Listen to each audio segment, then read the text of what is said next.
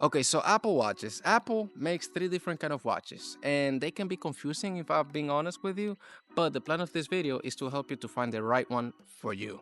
And now, I will not be saying a lot about the specs. What I will be saying a lot more is about who the watch fits who. And hopefully you are in one of those three people that this will fit into. Okay, so right before I tell you which one you should buy, let me tell you which one is which. The Ultra is the flagship, it's the highest of the bunch, it's the most expensive, but it's the one with the biggest battery, the biggest screen, the brightest screen. It offers most, if not all of the sensors that an Apple Watch can have at the moment, and it's for the really extreme people. Then there's the regular series or the standard. That is the one that most people take nowadays anyways, because it's the middle of the bunch. It offers a big screen, not as big as the Ultra, but it's almost all around the whole device. It offers a good amount of sensors as well, not as many as the Ultra, but it offers a good amount. And then there is the SE, which is the most affordable option, and it offers the least amount of features. Some of these features that are in the other watches, you may think they are a gimmick when you get the SE. So that's pretty much how they are identified. The SE is for you if your primary use case is notifications, Apple Pay, activity tracking, and staying connected without pulling out your phone. You know, it tracks your steps, your workouts, your heart rate, your sleep even. It does, like all of the other Apple Watches, emergency SOS, fall detection, and Find My. And it's the best watch for the iPhone. We all know this. The SE is for you if first things first you need to save money. If you need to save money, that is the watch for you. If you also need notifications, Apple Pay, exercise tracking, and staying connected without pulling out your phone, it does a great work at tracking your steps, tracking your workouts, and even your heart rate. So think about this also. When you go to sleep, you will have a great alarm that doesn't require sound. So if it does a great alarm, that means that it tracks your sleep as well. It does like all of the other Apple Watches, emergency SOS, fall detection, and Find My. And pretty much is the best watch for the iPhone. Now, if you're looking for the youngsters, this is great also since it's the most affordable option. It lasts enough for a youngster, like a teen or a kid, and it's fully functional for all of them, especially if they have an iPhone. If they don't, then you may have to look away. Also, if you're upgrading from an older Apple Watch or not having an Apple Watch at all, this is great, to be honest with you. It's a great addition to your day to day. Now, at the end of the day, it doesn't do ECG, it doesn't do blood oxygen, and it doesn't do temperature sensing. Also, it doesn't have always on. These may not matter to you. These may. If they don't, this is the best one that you should get. This is the most that you should get. Save your money and keep this one, since everything after is just more features that they are good to have. But if you didn't have no Apple Watch before, you're not losing anything. You're not missing anything. Now, if you want those things and you need more tracking, let's go to the next one.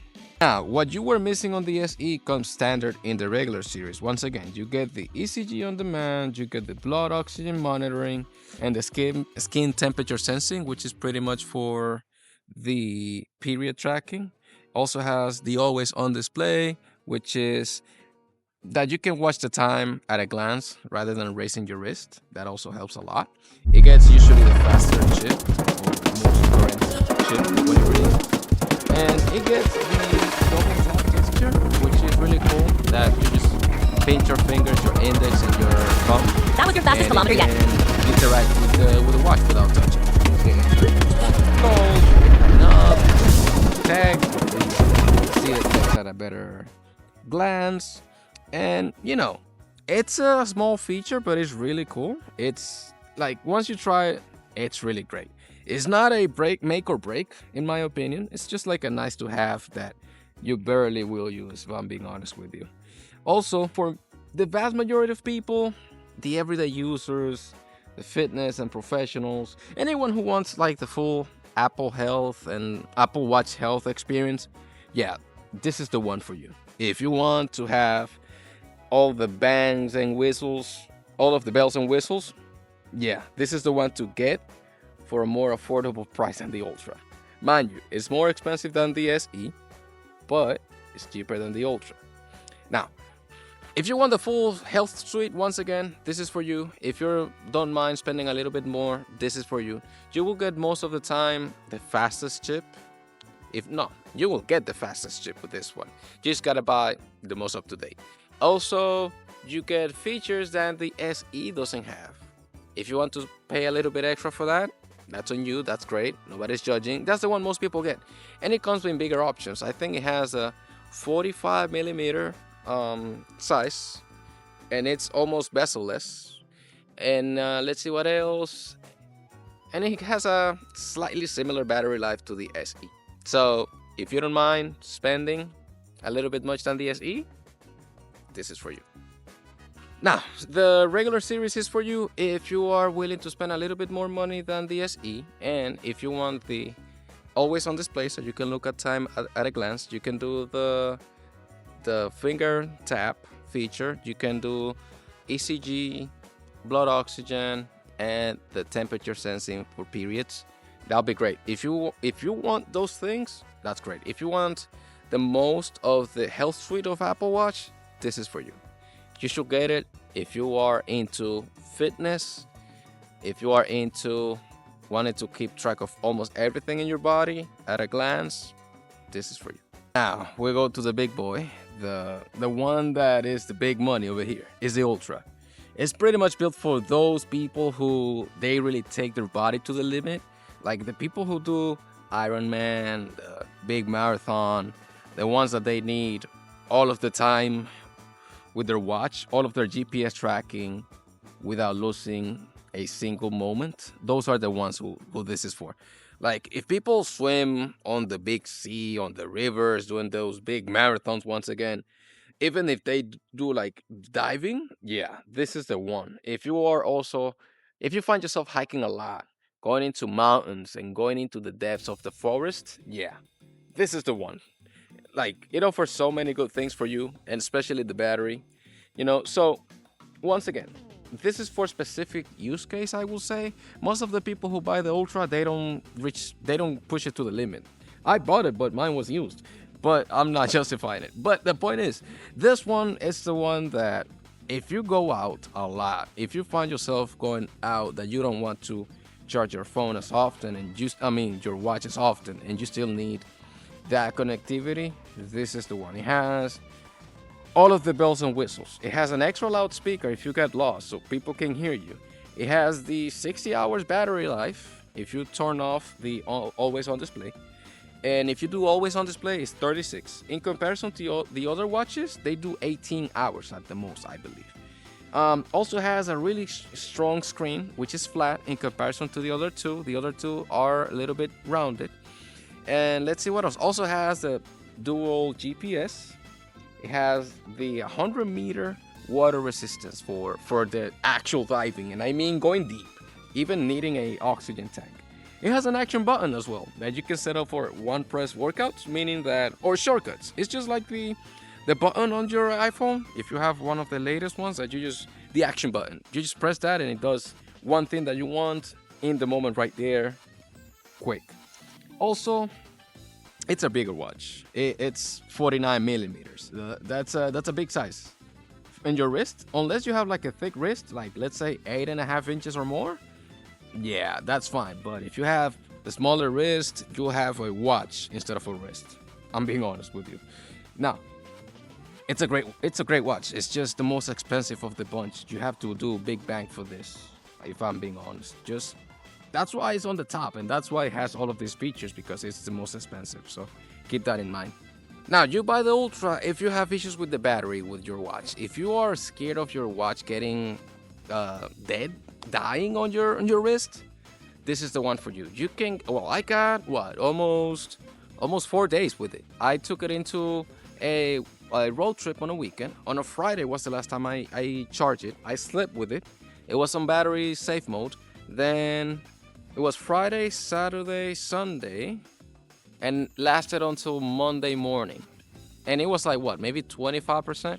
So it does great things, depends on your use case. For me, it was just giving me time and waking me up. So that was great. To be honest with you, having almost 4 days, 4 full days of battery life, I don't know. That's a good amount. That's a good amount. And it could be potentially 5, like the standard 60 hours. So for me, if you are looking for battery, long-lasting battery, this is the one for you. If you are really, really, really outside, I'm talking diving, hiking, either or, but you do it to the extreme, yeah, you should get this. You should get the Ultra. You should spend all that money if you are really into spending the money and needing all of those features. This is the one for you. You have to. I mean, I say you have to, but not really. It's just if you want to have the most experience of the Apple Watch, yeah, do this one.